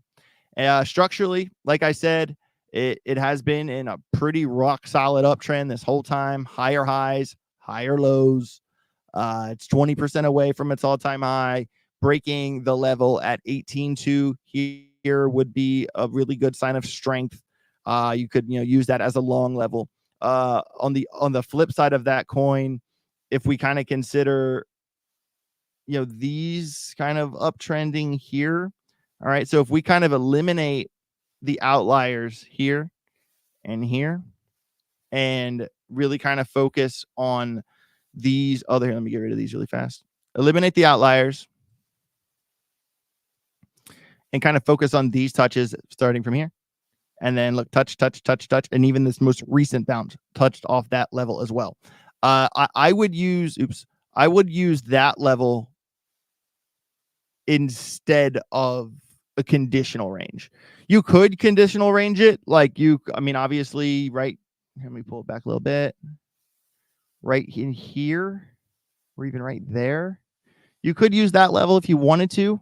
16.89, very close to 17 cents. You could range it from, let's basically say 17 to 18.2. You could do that, but I think this uptrend that has been forming from here, that's kind of a better level to use for the shorts, because basically what I'm saying is that, all right, so we've seen it wick below this level, right? Like below this little uptrend, 11%. All right. And then it comes back into the uptrend, reclaims the levels, and then bounces off that uptrend again. So there's that idea. And the thing is that say Caspa turns around immediately and immediately loses this conditional range level, which is, pretty massive support resistance. It has volume paired with it. It's bounced off this level 100 times from there and further left on the chart. Really, if Caspa comes down here and touches it, we're only looking at to not even 2% until we get to it. But then say it kind of trends up with this line again, say we break that, then you could maybe use this 16.9 level as a short target.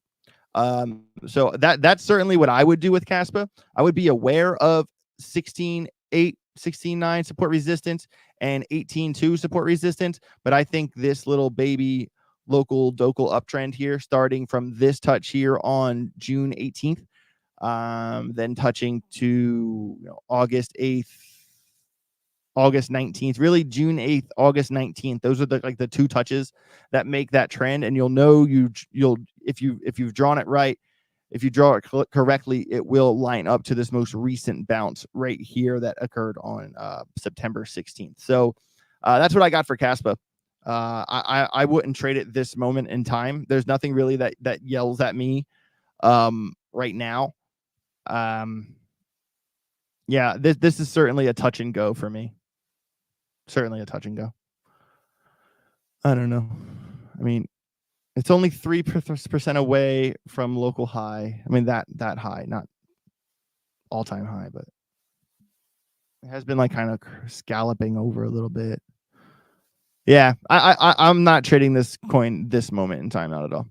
But to answer the question, can Caspa 10x? Okay. My favorite place to do moon math, the coin perspective. All right. And Caspa.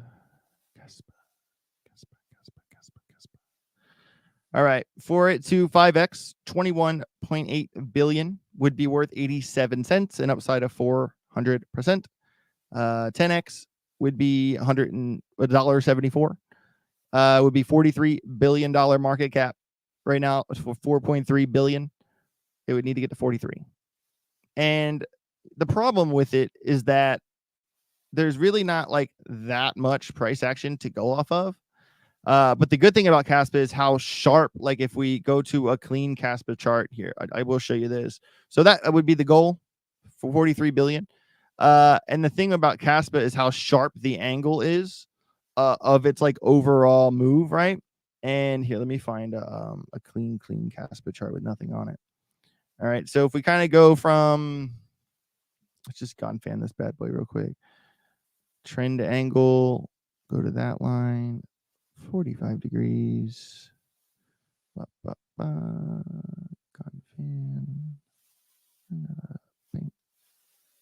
All right.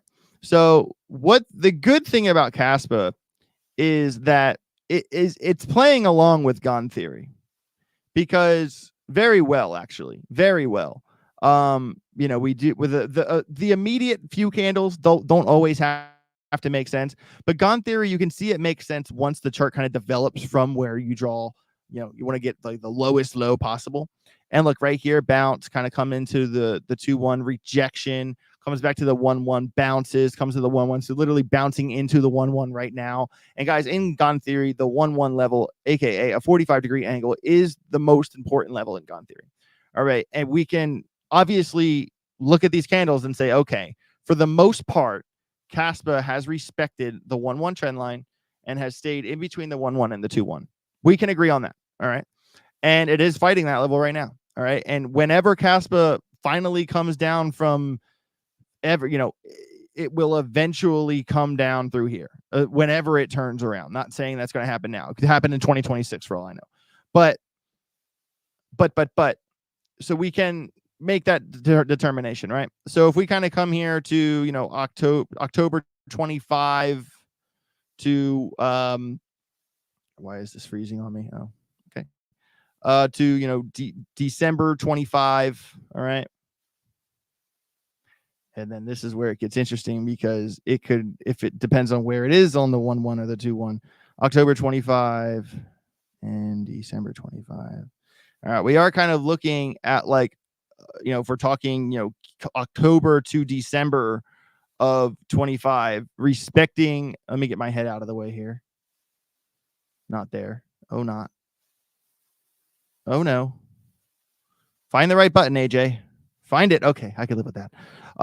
If we respect Gone Theory, okay, come and stay in these two levels, we are looking at a pretty big range of 32 cents to 67 cents. All right. And, it could go higher. It's not saying that that's the absolute cap. But, a 67-cent Caspa, that would be pretty nice. Even if we came back to here, share this tab, 16.6 billion would be a 286% bump. And it's only 17 cents now. So do I think Caspa can get to $1? I think it's possible. But you do got to realize that what you're asking here is, although it is very good to see a coin above the 1-1 and to respect the 1-1, for it to really pop off like proper, it's going to have to get into, for Caspa to get to $1, we're talking about actually breaking this level by December. We're going into like the 4-1. We're going top shelf. It's not impossible, but generally, Gone theory kind of works in there. Okay, so can Caspa 10x? I'm not saying it's impossible. I did say that I think it could hit $1 in my price prediction. I think it could, but kind of revisiting Gone theory on Caspa, 67 cents is top, which is still pretty damn good in my opinion. Still pretty damn good. All right.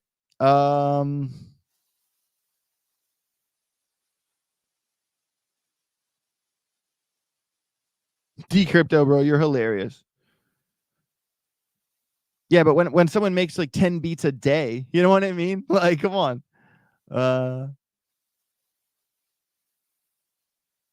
Richard D.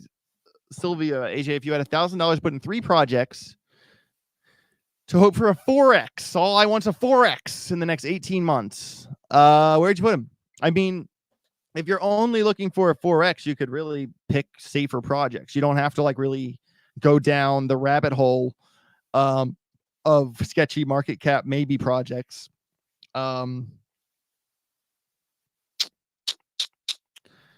Sweet Jasmine.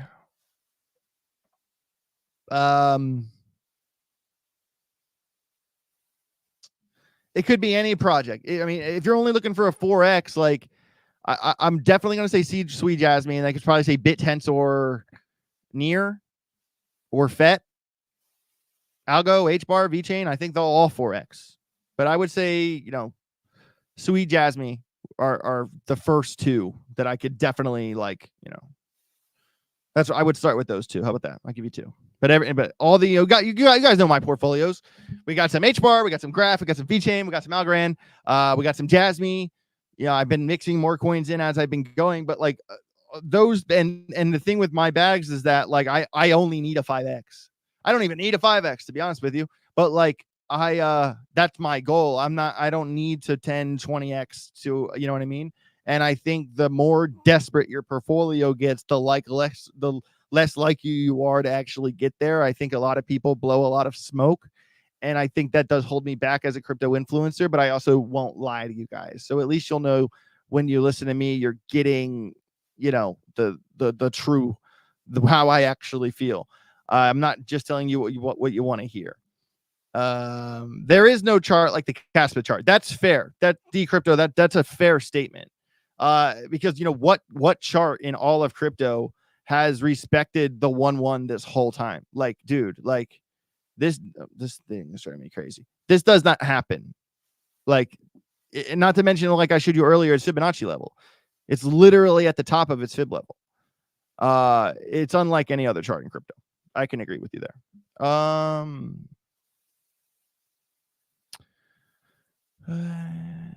right, so XRP. I got a handful of charts. I really spent some time on Caspa there, but Ben's not streaming today, so I don't feel bad about going forever. And I already have my video done for today, so that's good. Guys, make sure you stick around later. I will put out a video of me and J-Chains and Ben, our top 5 picks. Gonna be bully. Gonna be bully. You're gonna like it. It's gonna be a good one. All right. Boom. All right, XRP. This is a bad XRP chart. Okay. Where's like the good one? Okay. Well, this one has a bunch of graffiti on it, but I guess I'll go with this one. Okay. So I guess I'll get rid of this little inverse mirror idea. If you know about that one, you know. All right. So XRP generally, all right, was inside of this C range here, has broken out. Green dot on the weekly. We're looking at the XRP weekly right now. It has broken out of the C range. All right. 4%. Not bad. And what's interesting about XRP is like just the wicks, man, on the weekly. Like it probably makes more sense to look at it daily. Yeah, it does. It does. Okay. So locally speaking, structurally, XRP has done well putting in higher highs. Okay. Kind of just draw it like this, kind of a sharp angle. You get my point. All right. Higher lows, excuse me. And it is kind of getting to a point if you kind of just draw from here to here. All right. It is forming this symmetrical-ish type triangle. Symmetrical-ish. All right. And I mean, you could even pull this down a little bit more if you wanted to touch the wicks, not the candles, you know, which is even closer. But so point of intersection, roughly October 21st. Probably going to happen way before that. It is kind of moving up on the momentum. It is closing above the 50 and the 200 EMA. There is volume up here. Obviously, we've seen XRP as high as 74, 75 cents this year. XRP big time double topped, you know, from November 23 rip to this rip. And like I said, the behavior of XRP, we've talked about this a lot on the channel, how it, if anyone who hasn't heard it before, basically the way it behaves much differently than other charts. It chills for a while, boom, chills for a while, boom, you know, here and here and here and here. It just, that's just how it works. It's really tied to the news. But really the break of this kind of triangle, symmetrical-ish triangle, basically the intersection point of the higher lows and the lower highs, it's going to have to fall over. I do kind of don't hate the gap in the volume profile, like right here. That will pull XRP up to, you know, 61 cents, but also kind of got to pay attention to how it's been rejected so many times in here. And even like really, like if you kind of ignore the break off the tops, you know, how many times XRP has been rejected at 65 cents. You know, it doesn't like to get above that, even if you kind of want to pull that lower to like where a lot of the candles do reach, you know, 62 cents even. All right. Because what I'm saying here is that like 65 is probably like the hard support resistance, also perfect support resistance based off that wick right there. But like a lot of the times the candles do get to 62 and only some of them break above it. That's kind of like more like a range level. Yeah, 62.6. I mean, it basically comes down to this wedge, in my opinion, this triangle. I would alarm both sides of that and react to it. Short-term time frames, I mean, I would never advise to day trade XRP. Why would you? Why would you? I'm not much on watching paint dry. But all right, that's XRP. Jasmine. Oh, that's a really not cool looking chart. Okay, this I can live with. I think this one is going to be a rock star. I really, really do. This thing, we saw its rise. I made a lot of money on this coin this year. I could have made a lot more money if I listened to my friend I went to kindergarten with. He did very well with Jasmine. And, you know, he's like really into Japanese culture, and that's what did it for him. But now it's kind of at a point where, you know, we've seen this 2024 high at 4 cents. And this is why I like coins like Jasmine more than Kaspa. Because Jasmine reclaims 2024 high. We're talking 123, 124%. That's what I'm talking about. I don't care about 20% because once you are in all time, and why I say that is that could Kaspa go? Yes. But once you're in price discovery, you don't have much to go off of. It's harder to navigate levels we've been before. Oh, we've seen this. We could expect a reversal here. Like, it's easier to monitor a coin that's not in discovery. That's why I Caspa is hard for me to really get behind. You know, I have a couple $1,000s in it, but you get my point. Like, it could go, yeah, but it's going to be hard to monitor because it's in discovery. It's just like, it's hard to call discovery. All right. And a coin like Jasmine, like, all right, say we turn around here, we obviously have, you know, big support resistance at 2.7. We have big support resistance at 3.2. We have a couple little levels on the way up, like this little big wick right here that also kind of coincides with those ones back there. We, you know, like, there's so much more to pull to go off of when you see my point. And I would be interested. So hold on. What are the, I'm going to say these levels out loud, that I'm going to delete them. 0.024, 0.027, 0.033, and then all-time high 0.0448. All right. So we're aware of that. What I want to see here is from like this low back there to the high. All right. So Jasmine has done well holding the 618, which is very extremely important, you know, Fibonacci level. It kind of like dip below it and bounced above it. All right. The daily chart for Jasmine is actually kind of scary because the EMAs are, you know, kissing, and that, you know, a death cross for Jasmine is really not what we want to see.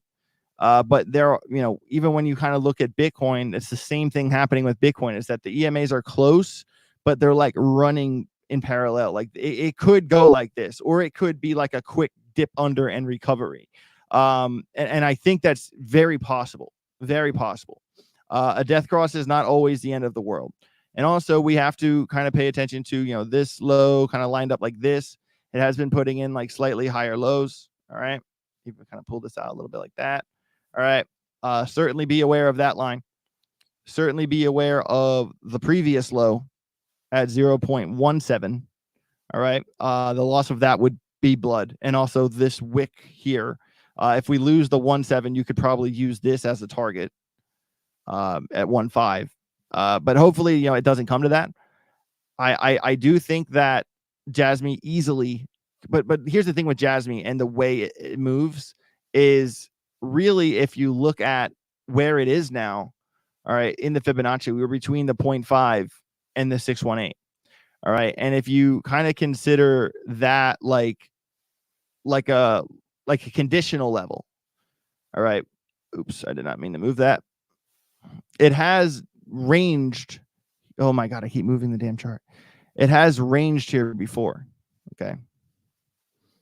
And then it's come back down. It bounced here. And then it came and got rejected right here and has been in here ever since. So I really think in this particular situation that could you find tighter conditional levels to trade Jasmine? I'm sure you could. And also, you know, obviously the break of the previous high, 0.2146 that we were at, you know, just the other day on the 13th. We have come down a little bit over the weekend, but let me actually really make sure I got that level. Oh yeah, I'm below it. Right there. So 0.0215. So, you know, Jasmine getting back to that local high, you know, it's 7%, you know, 7%. That's not bad. Wouldn't hate to see that. And actually on the daily, when you really zoom in, the EMAs are touching here. So it will be interesting to see, is this death cross really going to play its course, or is it going to immediately go the other way? And like macro trading, the 0.5 and the 618, that's like really the difference of like this value area here, you know, or where it's been before is basically separated by those two Fibonacci levels. And also be aware of the downtrend as well, because, you know, it has been putting in lower highs, but it's also been putting in higher lows. All right. So that point of intersection is October 26th. So before Halloween, the downtrend that's been forming since March and the uptrend, the higher lows that have been forming since April, they're going to cross October 26th. Jasmine will either break out or break down. So be aware of 0.2156, 0.171. The Fibonacci levels, the 0.5 is at 0.023, and the 618 is at 2 cents exactly. And then obviously you're going to want to draw both of these trend lines and alarm both of those trend lines, because that will be your biggest reaction. But the death cross is kind of freaking me out. What I do like about the momentum, anchor wave, trigger wave, kind of going a little, leaving the red a little bit. We do have bullish divergence. There's certainly big time bullish divergence on Jasmine. Kind of coming to a 3-day, just looking at the momentum, are coming up off a green dot. It's good to see. How's the weekly? I'm just looking at the momentum waves on the Market Cipher B. I'm not really looking at the candles. Yeah, so the weekly has not printed a green dot yet. Okay, not yet, but it very well could. It's very close. It's turning. We get that green dot on Jasmine, I'd be much more optimistic about a break up. I think it's coming soon. So there's my breakdown on Jasmine. Jupe. We are going down the rabbit hole today, everybody. We have been live for over an hour and a half. We've been live for over an hour and a half. You guys rock. I am going to look at Jupe. I'm going to look at FET. I'm going to look at SWE. I'm going to end the show with Algorand. So, Tau just flew. Oh, no. It just flew, huh? Did Tau just Tau? Here, let me, yeah, I do want to revisit the gainers and the losers since the show started. Oh, you said Tau flew to 430 and drew back down in KuCoin. Oh, well, those are like wick. I don't believe that actually happened. You know what I mean? I feel like the wash trading, weird shit happens on certain exchanges, but it's not like across all exchanges, Yeah. Okay. Just wanted to revisit that. I didn't know. Oh, you guys can't even see that. My bad. I just talked about that for 3 minutes. No one saw shit. What's it called when a project releases coins from its total supply into the circulation supply? That's vesting. Like it's vesting schedule. When there's a cliff unlock, or a linear unlock, and like which date. So that's called a vesting schedule. So yeah. Sorry, reading the chat here.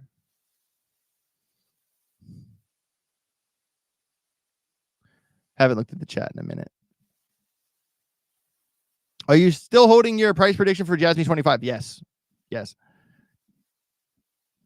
Mike J, what are your honest thoughts on Near Protocol? I'm starting to see a lot of people talk about it. They bought their followers on Twitter. That I don't like. I don't like that at all. I don't like that in crypto. I know influencers that buy their followers, that buy their likes, that buy their views. It's very obvious who does it. It's very obvious who doesn't. And anytime someone does that, I think it's a cop-out. And Near Protocol does not fucking have 1.8 million followers. No. Just no.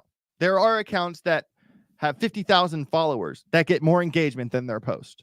They do not have 1.8 million followers. I will argue anyone who wants to argue. And I like the Near. I think they should have a better crypto community. The Buccaneers. That's a great name. It's a great name. I stole it from someone that said it in the chat. I thought it was hilarious. But they don't have it. I never see a Buccaneer with the capital N. Hashtag. That's not where are they at? Where are they at? Where are the Buccaneers? They don't have a community like the other projects. And I think a project needs, the best projects have the best communities. IMO. And where are they at? I don't know. I haven't seen them.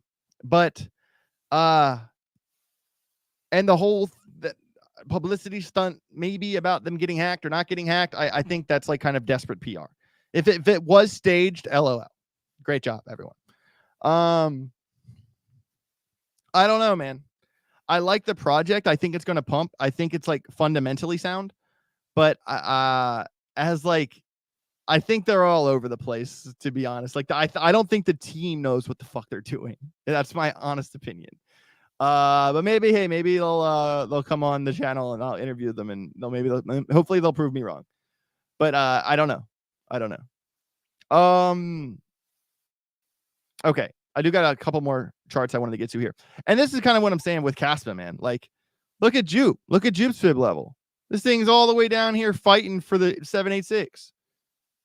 Like, all the way down here. You know, like, oh. And I think Jupe's a good project. Solana narrative, you know, 150% back to its 2024 high. Not much you can really pull from the weekly, but not exactly divergence either. It is really, really fighting for that 786 level. Get rid of the Fibonacci here. You guys can see this, right? Yes, you can. Okay, just checking. So overall, big time support resistance that it cannot lose is right here at 0.687. Also be aware of the kind of nature of this uptrend. All right. Because it has like kind of lost that. So we do kind of have like the inverse mirror idea going here. If you want to touch it from, because like when this uptrend would have first been drawn for the first time, you would have touched it to here, right? All right. And then it respects it here, and then it lost it. But then the last time it comes up, it touches the other side of that uptrend. I like to call that the inverse mirror. That's not really a technical term. That's just what I call it. Because now it's like the uptrend is like, is this as high as it can go? And I've seen that play out a lot. I think that like could somehow tie into Gone theory, like angles and stuff like that. There's a lot in like traditional trading that goes down the rabbit hole of angles. And when you see things like this work out, like you kind of got to be aware of that, because this is actually the point where you would have originally drawn this uptrend. And then it touch. It has 4 touches here. So it's certainly legit. So then when we lose it, we short that level, and then it bounces and touches the other side of it. Has to mean something, right? It's certainly worth keeping an eye on it, at least.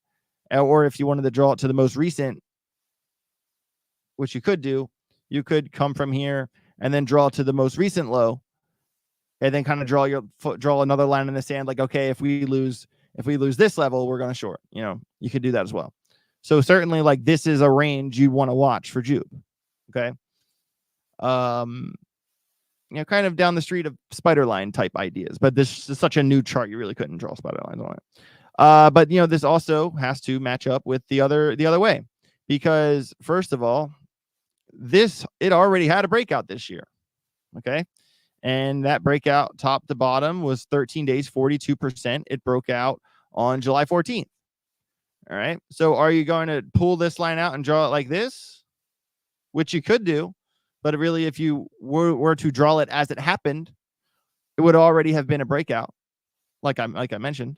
And if you were to just draw the most recent downtrend, it would be more like this, which actually really puts it on a much tighter schedule. Because once you zoom into, like, say, the 2 hour, I know it's getting a little messy, but there's a lot of ideas. Once you get into the 2 hour, you realize that, say, okay, if the first uptrend broke out, now this one is getting pretty damn close to doing the same. I'll pull it down a little bit from like there, so it gives a little bit of room. Pretty damn close, like pending breakout. All right, so we're close. This would be like the inverse mirror level. So I'll make this one like blue, because breaking this level kind of puts it back inside of its old uptrend. Why can't I? Oh, it's not letting me change the color for some reason. Okay, well, I give up. Yeah, but that's, you know, very close to a breakout. You know, a lot of charts have this same thing going on, man. A lot of charts look very similar, because like I noticed last week. It was the story of the lower highs and the higher lows, and we're getting a lot of triangles, a lot of symmetrical-ish wedge-looking triangles, and like it's really coming down to when they're gonna break. When are we gonna break? Oh my God! So it's like, you know, this is another story, another very similar story. If you want some local levels, I mean, you could be. I mean, kind of. Hey, you want a little cup and handle here forming on the 2 hour. Let me zoom in on this bad boy here. So we got little cup, little handle, neck line. Yeah. So the breakout would be at 78.8. So that would be from right here. So we're 5.4% away from the possible breakout. All right, we go top to bottom, including the wicks. Pull this up there. Let me make this line straight. So that would be taking us probably to 91 cents from the breakout point. That would be 16% from the current price. We're looking at 22%. So this idea, the breakout point is at 0.788. Keep an eye on that level. Also, pretty big support resistance from back here as well. Yeah, certainly this line goes way back, way back. Also, I know some people might want some like scalp levels. Obviously, this previous low at 71.3, and then it has gone pretty straight up lately. So, and then this, yeah. So what I would say is this line here, because it already kind of came up and got rejected, and it also fought at that line right there as well. So if it could reclaim 0.753, that would be good. So basically, your current range is between. I would even go with that low, to be honest. So 726, 752. There you go. There you go. I know. And then it's so funny is that when you zoom out on this shit, you're just like, AJ, what? Look at this shit. Does this make any sense? But no, it makes complete sense, actually. All right. That's Jupe. All right. FET. I will just go ahead and show you the Telegram chart for FET. But I don't always show my Telegram charts, guys. I don't always show the Telegram charts. And if you want to get in on the Telegram group, send me an email, ajalphagroup@gmail.com. Take your trading to the next level. Guys, we are killing it. Absolutely killing it in that group. All right. So I am looking at the 6 hour. That's what I was looking at on FET earlier here. And guys, we have been right about this coin so much. And the whole head, shoulder, I talked that up on BitBoy's live stream and on this channel 2 weeks ago is when this idea started, because it was actually here. And I said, for this to work out, it actually has to come from here back down to this level, short FET. And guess what happened? Boom! 24% in 11 days. Called it. And then this had a really sharp angle here. Very sharp angle. That one broke as well. Anytime you see a really sharp move like that, the break of it, 9% in 4 days, called that as well. I can get rid of that line now. And now what's really interesting is this little local downtrend as well, because we had rejection. It is just a line that started back in July, but when something gets rejected 4 times, pretty important level, right? I think this little baby downtrend line is more important than a support resistance level. I really do. I did want to pull the volume profile here just for a moment, see what we're playing with here. Kind of zoom out just a little bit, see how it recalibrates. It's not recalibrating. Okay, well, whatever. The current point of control is actually below the price action, but the 6 hour chart does have a green dot moving up in the momentum oscillator. So hopefully we can get above this. Also, the measured move for the head and shoulders is all the way up here. All right, $2.40. And also this line here is also the breakout point for the inverted head and shoulders. All right, because if it's like even like this, like shoulder, head, shoulder, the breakout point is going to be straight across. But in the event where it's like shoulder, head, shoulder, it would actually go down like that. And that is why that level, not only has it been perfectly rejected 4 times, that's also the breakout point for the inverse head and shoulders that, so there you go. Certainly keep a close eye on that. Would love to see that breakout. 154 would also be like the kind of a more support resistance level of that break. I think this thing has a lot of room to run. It doesn't look too bad on the daily. Jada's trying to call me right now. I'm still live. I just want to look at the weekly really fast. Yep. And it does have a green dot on the weekly. There's that. All right. I'm going to pull Algorand and then we're going to get out of here. We've been live streaming for a while, but I wanted to go long today. I missed yesterday and I don't live stream every day anymore. But I probably do 4 days a week, 3 days a week. I'll switch back and forth because I've been doing a lot of writing lately. Really gotta, like I said, if you missed the beginning of the show, over 150 people here. Amazing. I am doing probably like a 16, 17 hour, 12 module trading course, writing it right now. With Gareth Soloway at Verified Investing. I'm, going to be the crypto branch of VI, and man, that's crazy, And so I have been, I spread myself far too thin in my first year of YouTubing. Haven't even been YouTubing for a full year yet. My 1 year is actually the very end of October. But I've learned a lot. And I certainly now that I really got the wheel spinning, I've learned where my personal mental limit is. And it's certainly one of those things that it's like you bite off more than you can chew, but you still got to finish your meal, so I have enjoyed it. I'm not like ever going to quit. I've been doing extremely well, but I certainly want to, I want to start cranking for sure. And for me to start cranking, I need to focus less on live streams and more on pre-recorded videos. But the live streams are also like the meat and potatoes of my channel. That's really where you get to know me, where you really get to get a full gist on my strategy. But it requires both. But when I do all live streams, I'm serving the core, but I'm not gaining the audience because a lot of people don't want to watch hour-long, 2-hour videos. This video has been going for almost 2 hours now. So not everyone's going to want to click on this thing, which I get.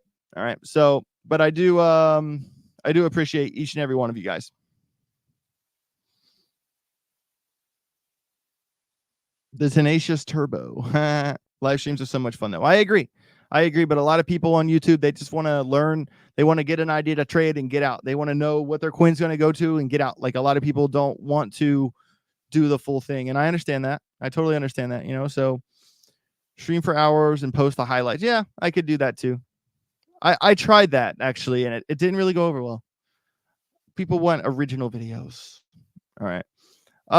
Algorand daily chart. This will be the final chart for the day. Everybody, if you're on your way out the door, make sure you smash the like as you leave. I would really appreciate that. We still have over 140 people here. We had a really, really good live stream today. So we got to be aware of this higher lows. It did wick below it, but it kind of reclaimed it too, because this last bounce went off of it. So I would draw it like that. All right. And then obviously we have this big giant downtrend, but this one's kind of weird to draw. And when stuff like this happens, you have to understand that this is actually, if you want to get technical here, this is a curved downtrend like this. And those are real. Those are very real. It doesn't have to be a straight line. All right. And this is certainly like a isotope type like type vibe here. And it's not perfectly drawn, but you get my point. If you want to draw like more of a straight line, I would just kind of go from this touch here and draw it like that, because that's basically pretty close. So keep that in mind. We really do want to see Algorand break out.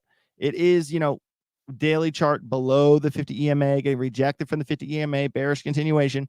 That tide will turn eventually. I feel like it will turn with the rest of the markets. We have always said on this channel, and we will always continue to say with Algorand, what is the most important level on Algorand? We've known this, 16 cents. This is the level it has to break. This is the level that is the difference between the value area low and the value area high. All right. And Algorand is one of those charts, unlike Caspa, that actually has a lot more upside.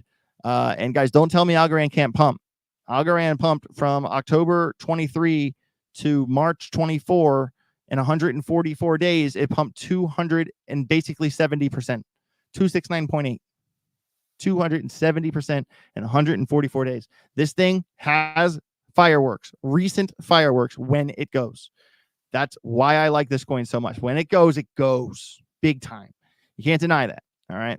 And momentum oscillator is not the best. It is kind of coming down off that most recent pump. I do want to look at the weekly. And it is, we did have a green dot on the weekly. We're coming up in that momentum oscillator. There is a lot of volume, up at 20 cents. I'm surprised the volume profile doesn't pull I mean, even up here, $93.36. But this is a lot of what you have to understand about Algorand is how much the supply has grown from when it was over here to where it is now. So there is certainly like a wall on how high it can go. If Algorand finds a way to reclaim its previous all-time high, that would be absolutely insane. Do I think it's possible? Yes. Can it happen? Yes. But it's going to require some work for sure. And even, coin perspective, just quick ideas like, 282 2021 all-time high. That would be a 69 billion. Oh, not Caspa. Algorand. 282. That would be a 21x. 23 billion. But then you realize that's only 23 billion. 23 billion isn't that crazy, to be honest. Is it possible? Yes, it's possible. And then the best thing I like about Algorand is that its tokenomics situation is much better now than it was before. And I also know that they're not going to be in a big hurry to release the rest of the supply. They're going to bleed it out. Because this last 17% they have is the leverage they have left to help grow the ecosystem. They're going to be very selective on how they spend the remaining Algorand. All right, so there's that. Obviously, if you want some like kind of local-ish levels, interesting thing about this support resistance level is that it's in a volume node. It's in like kind of a gap in the volume node. 12.2, previous high 13.3. So I would really call that the gist of the C range for Algo. And then, the target kind of becomes the previous high, previous low, which would be, 14, or even like you want to stutter step the way up the hill. There's big SR right here at 13.7 from these touches here and this touch here. And even this line that I drew already from this previous high actually really coincides with this low from back there. So this level was once the floor, now it's the ceiling. It has, some volume attached to it, especially up here. So 13.3, big deal. And then even this level, was the floor, was the ceiling here, was the floor here.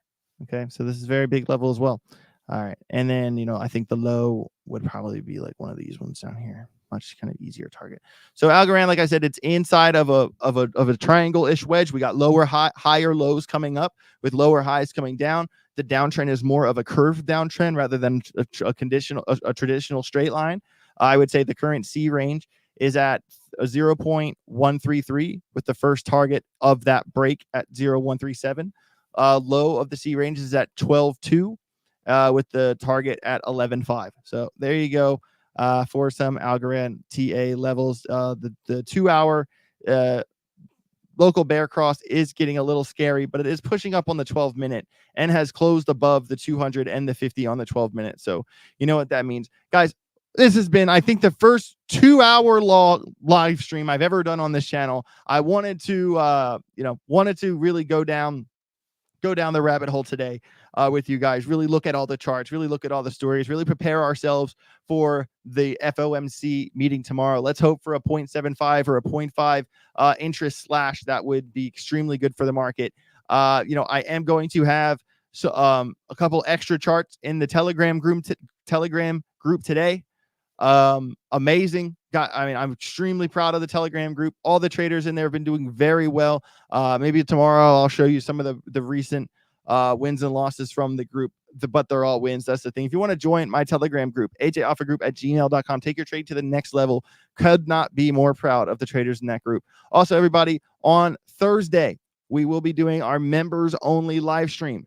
In the members only live stream is when we go beneath the surface and talk about all the setups that we gave the previous week in the Telegram group, why they worked, why they didn't work, what we could do better to improve, and future trades moving forward, and the trades that we already won, and the mindset on how I made that call, why that was what I was thinking, and how it worked out. And the last members only group was like a really, really good example. If you're just kind of getting into the swing, you're just figuring out how to trade, go back and watch that previous members only live stream, because it really kind of explains what we're looking for, the conditions, what we like to call the confluence checklist. And you really want to have that stuff figured out now, because if you could really study up between now and January, September, October, November, December, 4 months, 3.5 months, and we're already halfway through September. But, we have time to prepare. I really think Q4 is going to be some fireworks for sure, but I think 2025 is going to be our year. 100% is going to be our year. So that's all I got. My name is AJ Writes Crypto. I'm going to press the end stream button at exactly 2 hours, and there's 8 seconds left. So I think that's just enough time for me to say, smash the like button, get rich or get wrecked. Have a safe rest of your day. Peace.